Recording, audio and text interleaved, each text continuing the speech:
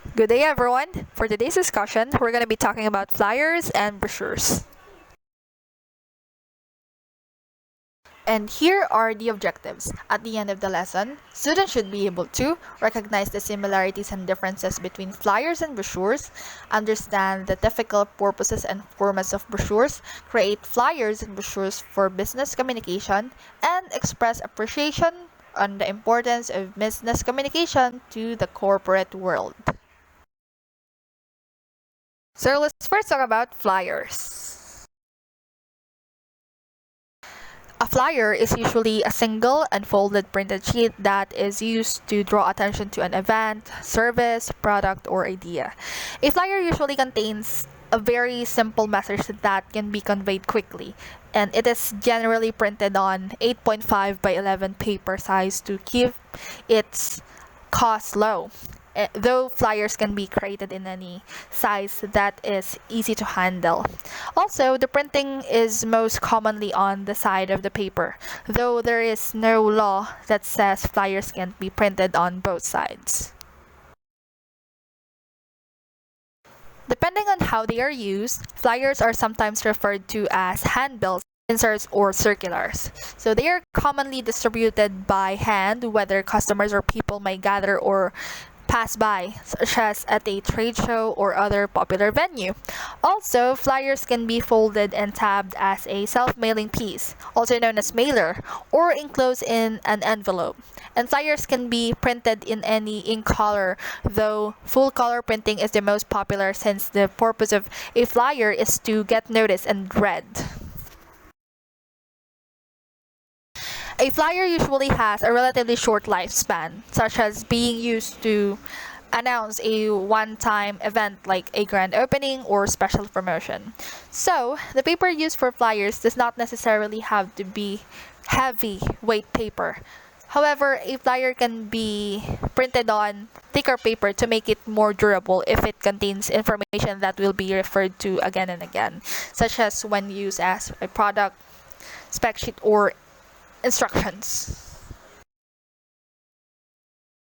And here are the different types of flyers. First, we have handbills, which are similar to leaflets but very little text printed on them. So they are printed on ordinary paper, ideal for mass distribution along with newspapers. The purpose of handbills is mainly awareness, and it can be for an upcoming sale in a brand shop, a new movie release, a discount coupon, or new event openings. Next, we have poster. A poster is a flyer printed with graphic designs that display information, infographics, images, etc. The poster is specifically designed to be attached to a wall or any vertical surface, and posters need to have captivating graphic designs for passerby to receive the information with just a glance. And posters are frequently used as advertisements or promotions for events, concerts, films, etc.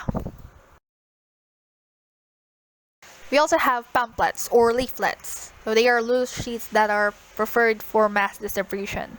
Usually, these are printed on regular quality paper, making them easy to distribute to as many individuals as possible. And for brand awareness, these flyers are excellent and the cheapest to advertise.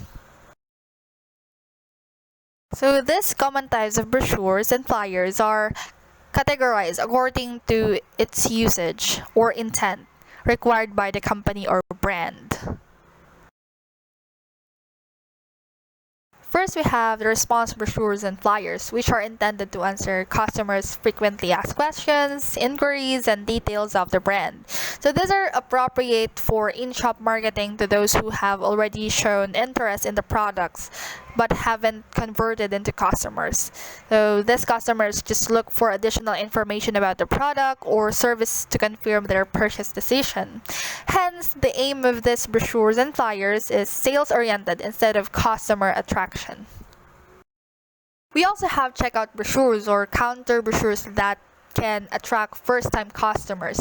Keeping this brochure or countertops of a retail store makes people pick one and learn more about the products and services that the store offers. And the front page of the checkout brochure needs to have an attractive design or an image to catch the attention of customers, or else it will remain unnoticed.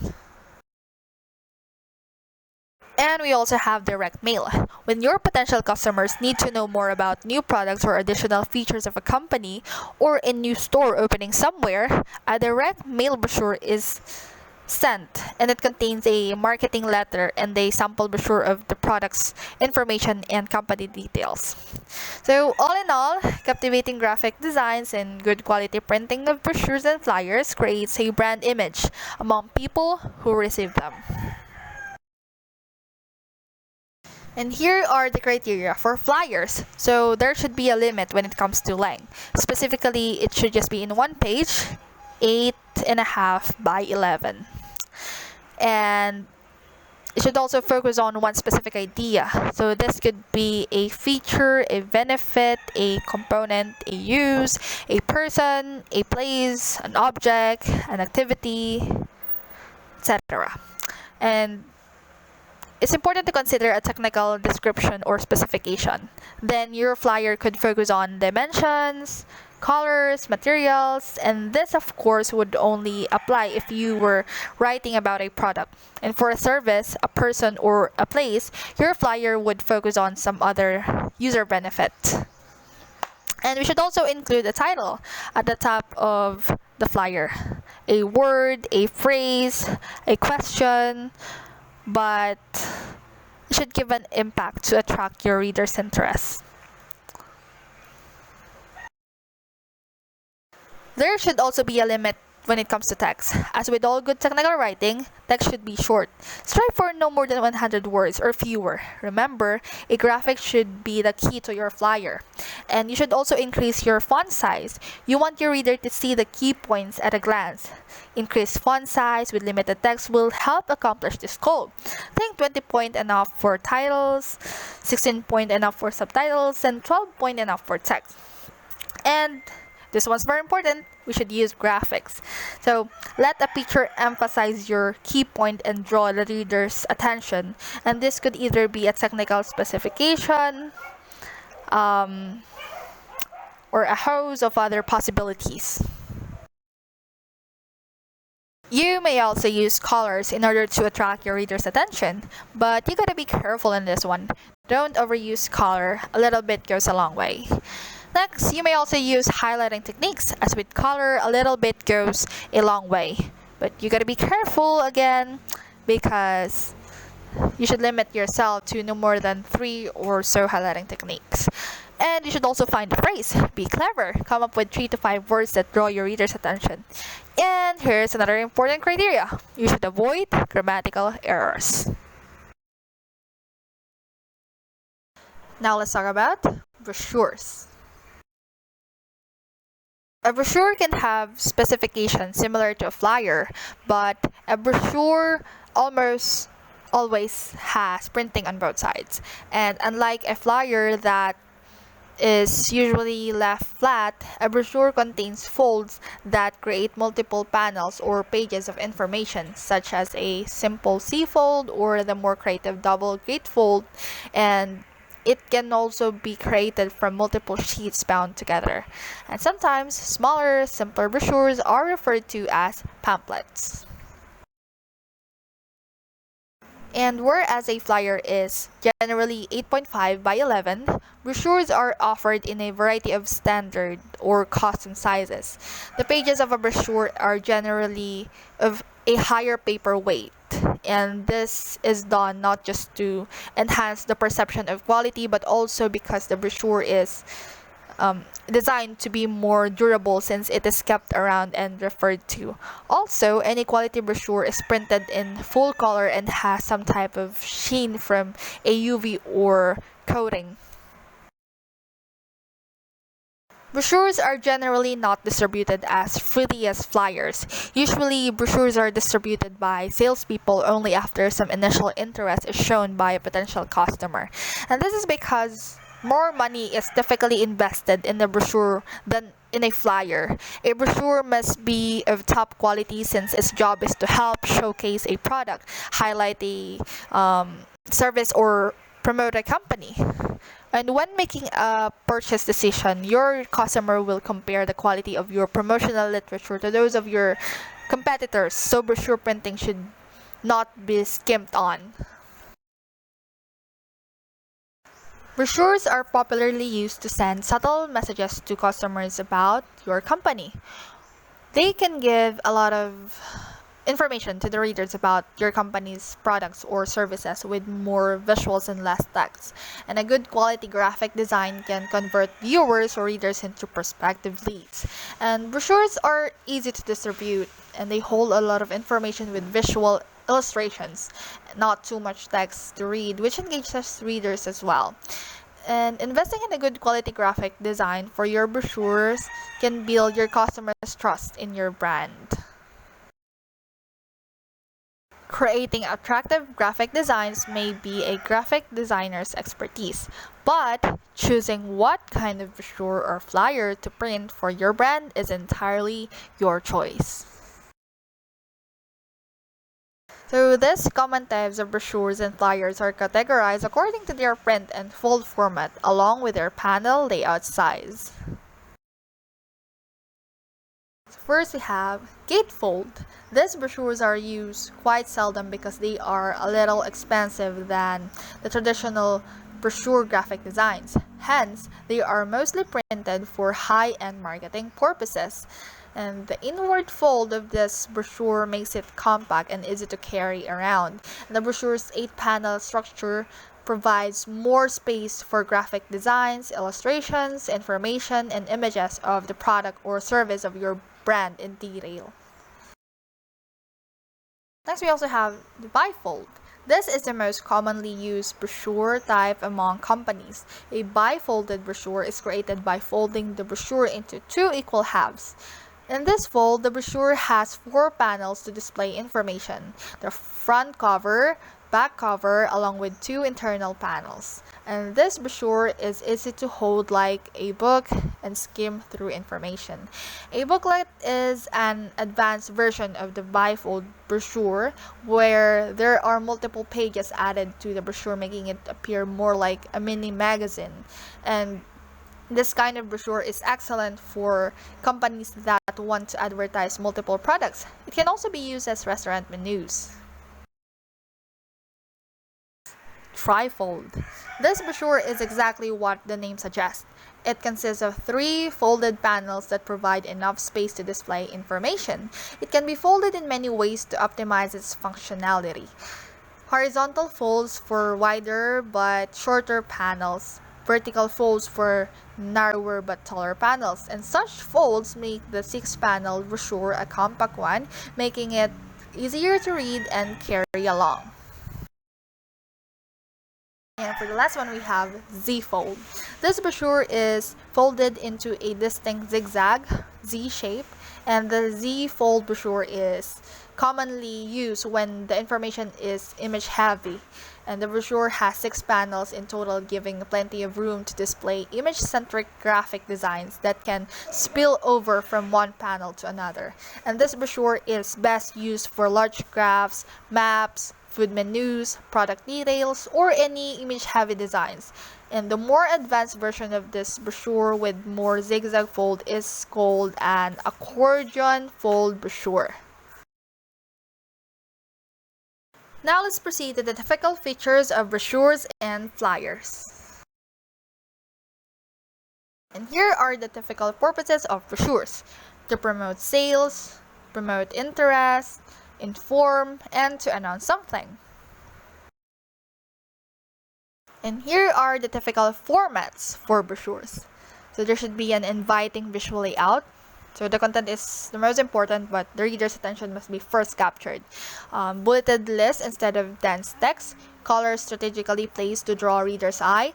Ample white space but no wasted space. Folded format. Trifold format is the standard one. Small margins on each folded face. 2 or 3 small chunks of text per fold. 2 or 3 plain, simple sentences per chunk of text. A maximum of 3 fonts. And here are the standard font sizes. For headings, 14 to 16. For text, 12. For captions, you have 10. And publication on high quality paper or distribution electronically as an attached file. And here are the typical audience expectations for brochures. One-time publication with possible updates at a later time. Information can be years old. Short text pieces on each face, easily readable text, consistent look across folds, and enough information for easy follow-up. And here are the typical components of brochures.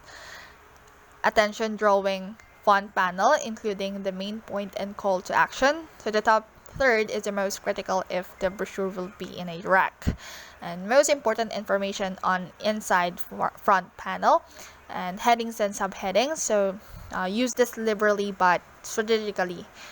They will serve as guides to the deeper content, but they will also be the only part that some readers will read.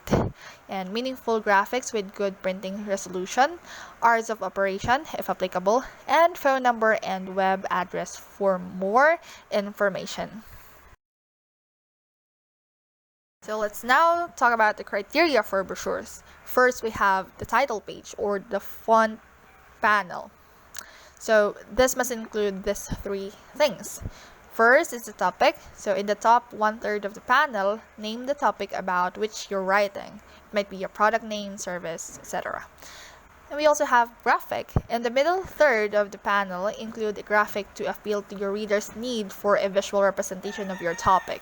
And the graphic will sell the value of your subject, its beauty, its usefulness, its location, its significance, etc. Or visually represent the focus of your brochure. And of course, contact information. So place contact information on the bottom third of this panel. You should include your name, your company's name, street address, city, state, zip code, telephone number, fax number, or your email address. Next is the back panel, which may include any of the following. First is conclusion. Use this panel to summarize your brochure's content, highlighting your topic's benefits or suggesting a new step for your readers to pursue. Next is mailing. This panel could be used like the face of an envelope. And on this panel, when left blank, you could provide your address, a place for stamp or paid postage, and your reader's address. Next, coupons. As a tier out, this panel could be an incentive for your readers to visit your site or use your service. And here you could provide discounts or complimentary tickets.